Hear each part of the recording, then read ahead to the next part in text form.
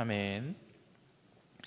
산 넘어 산 갈수록 태산이라는 말이 있습니다. 저도 그렇지만 여러분들도 굉장히 자주 경험하시는 그러한 말인 줄로 압니다. 뭐 하나 간신히 해결했다, 뭐 하나 겨우 끝냈다 싶은데 그것이 끝이 아니라 더 크고 심각한 일에 굉장히 사소한 시작이었던 적이 얼마나 자주 있었습니까? 인간관계도 그렇고, 그리고 사업 때도 그렇고, 가정에서도 이런 일들이 굉장히 자주 찾아옵니다. 그리고 그러한 때가 우리들을 찾아오게 되면 참 믿음이 있는 우리들이지만 참 믿음으로 그것을 이겨내기가 힘들고, 때로는 얼이 빠진 사람처럼 그렇게 몇 날 며칠을 아무것도 하지 못하고, 그러니까 내가 하나님 믿는 사람이다 라는 것을 자각하지도 못하고 이렇게 시간을 멍하게 보낼 때가 있습니다. 우리가 한숨 돌려야 한다라고 판단한 그 순간에 내가 어쩌지 못하고 그리고 나의 힘으로 감당할 수 없을 것 같은 그러한 일이 나를 찾아올 때 그러면 우리는 믿음을 가진 사람으로서 어떻게 해야 되는가를 오늘 본문은 우리들에게 알려주고 있는 것이지요. 그래서 오늘 하나님께서 우리들에게 주시는 이 말씀을 잘 붙들고 우리들에게 찾아오는 큰 산들을 돌파해내는 그런 믿음의 은혜를 누리는 저와 여러분들 되시기를 간절히 축복합니다. 에스라가 예루살렘에 도착한 뒤로 하나님의 성전을 짓는 일에 장애물이 없어졌습니다. 그래서 이제는 힘을 합쳐 하나님의 성전을 완공하는 일만 남아있게 된 것이죠. 이스라엘에 있어서 가장 중요한 일이었던 이 성전을 건축하는 일에 행정적인 절차도 끝냈고 이제 절차적인 문제도 끝났고 이제 힘을 모으기만 하면 되는 그러한 상황이 된 것입니다. 그래서 이 모든 것들이 다 합력하여 선을 이루게 된 그 상황을 맞이하였으니 이제는 한숨 돌려도 되고 그리고 이제는 좀 쉬어도 될 것 같은 그러한 타이밍이지 않습니까? 우리도 그렇게 생각합니다. 이 일만 해결하면 이제 좀 쉬어도 되겠지. 그리고 이번 수련만 잘 마치면, 이번 여름 사역만 잘 마치면 이제는 좀 쉬어도 되겠지라고 말이죠. 그런데 오늘 성경은 뭐라고 말씀하십니까? 진짜 중요한 것은 이제부터 시작이다라고 우리들에게 말씀하십니다. 그러니 너희들은 더 긴장해야 되고 그 긴장의 끈을 놓치지 말아야 되고 기도의 자리 그리고 너희들의 믿음의 자리를 계속해서 갈고 닦아야 된다라고 하나님께서는 말씀하고 있는 것이죠. 그래서 하나님께서 우리들에게 알려주신 것은 무엇입니까? 무너져 있었던 그 성전을 다시 올리는 것이, 다시 만들어 놓는 것이 중요한 게 아니라 무너져 있는 너희들의 믿음을 온전히 세우는 것이 훨씬 중요한 일이다라고 오늘 본문을 통해서 우리들에게 알려주고 있는 것이죠. 우리가 알아야 할 것은 믿음의 싸움을 마친 그 뒤에 이 정도면 되겠지, 좀 쉴까라는 그러한 마음이 드는 그때에 정신을 다시 한번 단단히 붙잡아야 한다라는 것입니다. 그때부터가 진정한 시작이다라는 것입니다. 이제 교회에서도 은퇴할 나이가 되었으니까 나는 좀 쉬어야 되겠다, 아니다라는 말씀입니다. 그때부터 믿음의 새로운 싸움이 시작되는 것입니다. 내가 이 정도 했으니까 좀 나는 물러서 있어야지, 아닙니다. 그때가 하나님께서 우리들에게 더욱더 귀하고 중요한 일들을 맡겨주시는 그때입니다. 그렇기 때문에 하나님을 믿는 우리들은 산을 넘으면, 작은 산을 하나 넘으면, 큰 산을 하나 넘으면 지금까지 우리가 넘었던 산과 비교할 수 없는, 우리가 감당할 수 없는 놀라운 산이 반드시 찾아온다라는 그런 생각을 가지고 있어야 합니다. 그것이 믿음인 것이지요. 이 정도면 되겠지가 아니라 지금까지 힘들었는데 아마 지금부터는 정말 감당할 수 없는 어려운 일들이 우리를 찾아온다라고 지금부터 시작이다라고 생각해야 되는 것이 진정한 믿음을 가진 사람들의 생각이라는 것입니다. 그렇기 때문에 우리 매 순간을, 매일매일을 말씀과 기도로 단단히 무장해야 하는 것이죠. 왜 그렇습니까? 우리의 믿음의 본이 되신 예수님의 모든 삶이 고난이었고 그 고난이 계속해서 점점 더 본인이 감당할 수 없는 그런 수준의 연속이었기 때문에 그렇습니다. 예수님이 이 땅에 오신 것부터 고난이지요. 그리고 예수님의 십자가가 산 넘어 산이었습니다. 예수님은 고난당하셨고 그리고 고난당하신 그 후에 끝난 게 아닙니다. 십자가를 매셨지요. 십자가를 매신 것으로 끝난 것이 아니었습니다. 골고다 언덕을 오르셔야 됐고 골고다 언덕에 오르신 그것으로 끝난 것이 아니었습니다. 다시 십자가가 세워졌고 예수님 그곳에 매달리셨습니다. 그곳에 매달린 것으로 끝이 났습니까? 그렇지 않지요. 예수님은 그곳에서 죄가 없는 자로서 죽임을 당하셔야 했습니다. 예수님의 십자가가 계속해서 산 넘어 산이었다라는 것을 우리는 기억하고 그 십자가를 나의 것으로 믿고 지고 가야 하는 사람들인 것이죠. 예수님의 십자가가 끝까지 끝나지 않는 새로운 고통의 시작이었다라는 것을 우리는 반드시 기억해야 합니다. 우리가 예수님과 다른 길을 갈 리가 없지 않습니까? 그렇기 때문에 우리들의 인생도 계속해서 고통의 연속이고 감당할 수 없는 수준의 고통이 계속해서 찾아온다라는 것을 우리는 믿어야 합니다. 그리고 두 번째는 그렇지만 예수님 부활하셨죠. 그렇지만 이 부활하신 예수님이 아직 이 땅에 오지 않으셨습니다. 그렇기 때문에 우리들의 삶도 이 고통이 끝나지 않을 것이다 라고 믿어야 되는 그러한 믿음이 필요한 것입니다. 모든 일이 종결되고 마무리되어 영원한 안식으로 들어가는 그날은 반드시 도적같이 우리들에게 찾아오지만 그날이 오는 그 순간까지 이 땅의 인생들은 이 영적인 싸움을 피할 길이 없는 것이죠. 그래서 아까 우리가 찬양했지만 우리가 죽는 그날이 우리가 영원한 안식을 누리는 그날이고 영원한 쉼을 누리는 그날이지, 우리가 이 땅에서 살아있는 동안은 결코 이 고통을 피할 길이 없다라는 것을 우리는 믿어야 합니다. 우리 하나님이 주무시지도 않고 여전히 우리를 위하여서 일하시는 이유가 무엇입니까? 우리의 영혼을 망가뜨리려는 그 악한 놈들의 공작과 악한 놈들의 그 싸움이 우리가 차고 있는 그 순간에도 끊이지 않기 때문에 그렇습니다. 예수님 다시 오시는 그날까지 긴장의 끈을 놓아서는 안 되는 것이죠. 뭐 하나 끝나면 분명히 새로운 고난이 찾아오게 됩니다. 여러분 이것을 잊지 마시기 바랍니다. 에스라의 눈에 보이는 성전 건축에 대한 일들이 마무리가 된 그때에 일부의 방백들이 에스라를 찾아왔다라고 말씀하고 있죠. 그리고 그들은 에스라의 눈에 보이지 않았던 영적인 상태에 대하여서 알려주기 시작합니다. 이스라엘 백성, 제사장, 레위인 구분 없이 골고루 이방인들과 관계를 맺고 있고, 그리고 그것이 하나님께 역겨운 일인 줄 알고 있으면서도 그들은 그 관계를 끊지 못하고 있습니다 라고 합니다. 그리고 또한 이러한 것들을 바로잡아야 하는 지도자들이 앞장서서 그렇게 악한 일을 행하고 있습니다 라고 알려주고 있는 것이죠. 그래서 그들이 앞장서서 그들의 딸을 맞이하여 아내와 며느리로 삼았다라고 오늘 본문은 말씀하고 있습니다. 이 2절의 표현을 원어로 이렇게 살펴보면 어떻게 읽을 수 있냐면, 그들이 자신들과 그들의 아들들을 위하여서 그들의 딸들을 취하였습니다 라고 읽을 수가 있습니다. 이 지도자들의 삶이 하나님을 위한 삶이 아니라 자신들과 자신들의 아들들을 위한 그러한 삶을 살았다라고 성경이 밝히고 있는 것이죠. 하나님의 백성 그리스도인의 인생의 유일한 목표가 무엇입니까? 하나님께 영광을 돌리는 삶이고 영원토록 하나님을 즐거워하는 것이지 않습니까? 그런데 오늘 본문에 등장하는 이스라엘의 지도자들은 하나님께 영광이 되는 삶이 그들의 목표가 아니라 자신에게 영광이 되는 삶, 그리고 자신의 아들들의 영광이 되는 삶이 그들의 삶의 목표였기 때문에 이러한 삶을 살면서도 너무나도 뻔뻔스럽게 이렇게 살 수 있었다라고 밝히고 있는 것입니다. 이들은 성전이 무너져 있는 틈을 타서 하나님을 영화롭게 하고 즐거워하는 그런 삶을 내팽개쳤고 자신과 자신의 아들들의 유익을 위한, 영광을 위한 삶을 산 것이죠. 성전만 무너져 있었던 것이 아니라 그들의 믿음도 너무나도 처참하게 무너져 있었다라고 하나님께서는 알려주고 있는 것입니다.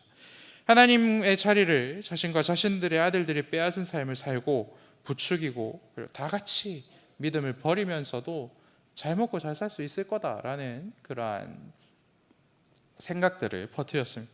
그러한 생각들을 이스라엘에 심어 놓았습니다. 우리가 알아야 될 것은 무엇입니까? 악한 것들은 우리가 하나님의 영광을 위해서 살지 않는 것이 별일 아닌 것이다 라고 계속해서 우리를 속이고, 그런 악한 마음들을 계속해서 우리들의 마음에 심어 놓는다라는 것입니다. 성전도 없는데, 그리고 제사도 드리지 못하는데, 예배도 하나님께 드리지 못하는데 율법 같은 거 지켜서 무엇합니까? 라고 계속해서 우리들에게 그러한 악한 것들을 심어 놓는다라는 것이죠. 특수한 상황이니까 특별한 일들이, 특별한 결혼들이 일시적으로 허용돼야 되지 않겠습니까? 라고 계속해서 속이고 있다라는 것입니다. 이런 속임수에 넘어가면 안 되는 것이죠.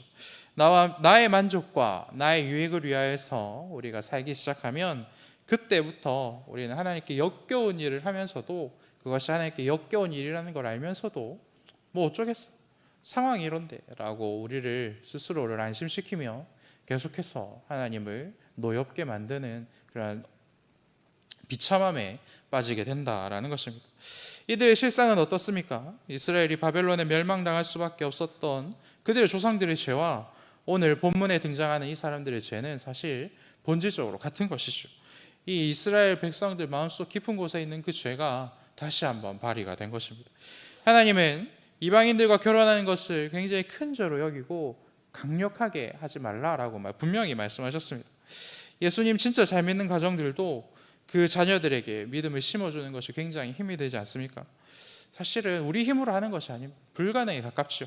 하나님의 은혜로 그 믿음이 다음 세대들에게 전파되는 것입니다.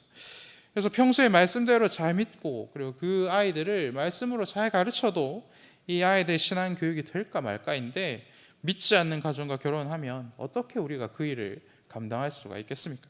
하나님은 그러한 관점에서 이러한 혼인을 허락하지 않은 부분도 있고, 그리고 이 혼인이라는 것을 예수 그리스도의 신부된 우리들이 하나님을 믿는 것과 또 하나님께서는 관련 있게 말씀하시지 않습니까? 우리들이 한 분 하나님만 섬겨야 된다라는 것을 계속해서 말씀하시는데, 우리들은 하나님도 섬길 수 있고 다른 것도 섬길 수 있다라고 계속해서 꾸준히 하나님을 멸시하며 이렇게 살아가고 있다라는 것입니다.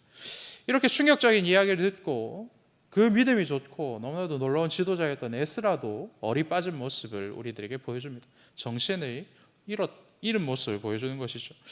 우리도 충격적인 소식을 들으면 우리나라 사람들은 식음을 전폐한다라고 하지 않습니까? 먹는 것을 멈추고 몇 날 며칠을 굶으면서 이렇게 애통해하고 슬퍼한다라고 합니다. 이스라엘 사람들은 이러한 것을 경험할 때 옷을 찢고 머리털을 뽑고 그리고 수염을 뽑는 그런 것으로 이렇게 나타내죠. 성경 곳곳에 보면 옷을 찢고라는 표현이 계속해서 등장합니다. 너무나도 비통하고 슬프고 그러한 일을 당할 때에 이렇게 행동하는 것이죠. 이러한 모습을 통해서 알 수 있는 것은 에스라와 같이 믿음이 좋은 사람들도 얼이 빠지고 애통에 빠져서 어쩔 줄 모르는 그런 태산과 같은 그러한 시련을 겪을 수도 있다라는 것입니다. 에스라만 그렇습니까? 우리들도 신앙생활을 하다 보면 필히 산 너머 태산을 만나게 되는 것이죠. 그리고 얼이 빠져서 내가 진짜 그리스도인이 맞나 싶을 정도로 그런 피폐한 삶을 선택할 수도 있게 되는 것입니다. 이러지도 저러지도 못하는 극한 어려움에 우리들도 빠질 수 있다라는 것입니다. 이러한 모습은 믿음 생활 잘했기 때문에 겪는 어려움이기도 합니다. 그래서 이것이 복이기도 한 것이죠. 결코 이상한 것이 아닙니다. 믿음 생활을 잘했기 때문에 이러한 소식을 들었을 때 분노할 수 있는 것이죠. 에스라의 삶도 이와 같았다면 그게 왜 문제가 됩니까? 라고 이야기를 하지 않겠습니까? 그래서 이러한 믿음의 충격을 받는 것이 오히려 복이다라고 여러분들 믿으시면 됩니다. 결코 이상한 게 아니다라는 것이죠.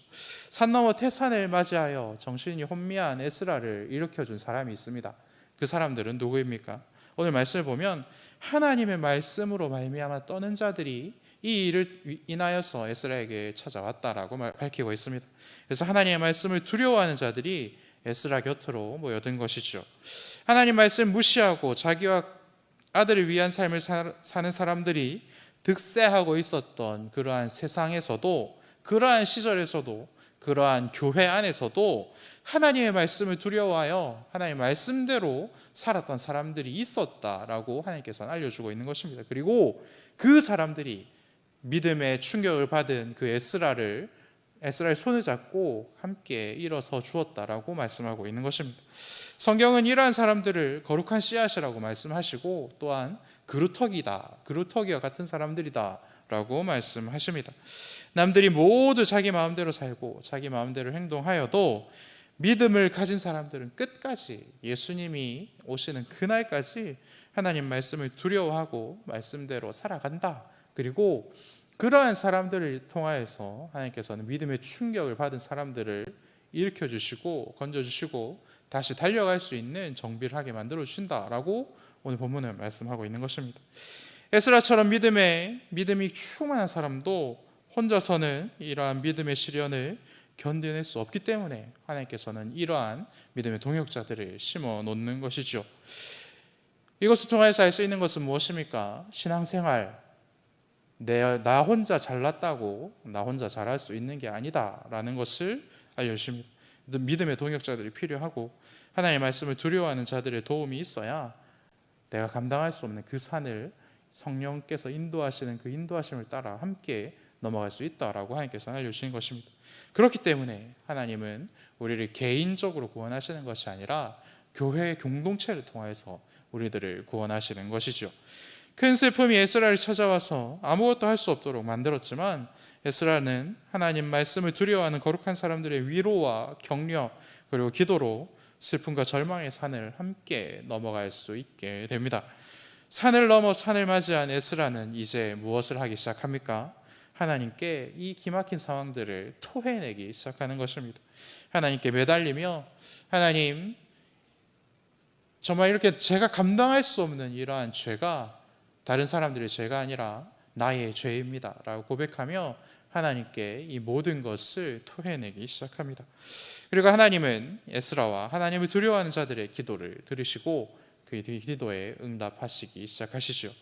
사랑하는 여러분, 다시 한번 말씀드립니다. 산 넘으면 반드시 태산이 우리를 찾아오게 됩니다. 방심할 때도 아니고 쉬고 있을 때도 아닙니다. 혼자서는 정신을 잃을 만큼 큰 시련이지만 그때에도 하나님께서는 우리들을 기억하시고 그루터기와 같은 사람들 우리들에게 보내주시고 믿음의 동역자를 우리에게 보내주셔서 함께 그 산을 넘어갈 수 있도록 우리들을 지켜주십니다. 함께 기도하며 이겨나갈 힘을 주시는 분이십니다. 여러분들 이것을 잊지 마시기 바랍니다. 그래서 내가 거룩한 씨앗 같은 사람이 되기 위해서 매일매일을 말씀을 붙들고 말씀을 두려워하며 살아가십시오. 또한 내게 거룩한 씨앗 같은 그루터기와 같은 사람들을 많이 보내주십시오라고 하나님께 기도하십시오. 그래서 나 혼자 감당할 수 없는 일을 함께 나눠줄 수 있도록 하나님 믿음의 동역자들이 많이 나의 곁에 있을 수 있도록 주님 나를 지켜주십시오라고 또한 기도하십시오. 그러면 하나님께서 우리들의 모든 기도를 들으시고 내가 거룩한 씨앗과 같은 사람이 되게 하시고 나에게 믿음의 동역자를 보내주실 줄로 믿습니다. 그리고 항상 우리 곁을 떠나지 않는 예수님께서 우리의 손을 절대로 놓지 않으실 줄 믿습니다. 오늘 주신 말씀 기억하면서 함께 기도하겠습니다. 하늘에 계신 우리 아버지의 이름을 거룩하게 하시며 아버지의 나라가 오게 하시며 아버지의 뜻이 하늘에서와 같이 땅에서도 이루어지게 하소서. 오늘 우리에게 일용할 양식을 주시고 우리가 우리에게 잘못한 사람을 용서하여 준 것 같이 우리 죄를 용서하여 주시고 우리를 시험에 빠지지 않게 하시고 악에서 구하소서. 나라와 권능과 영광이 영원히 아버지의 것입니다. 아멘.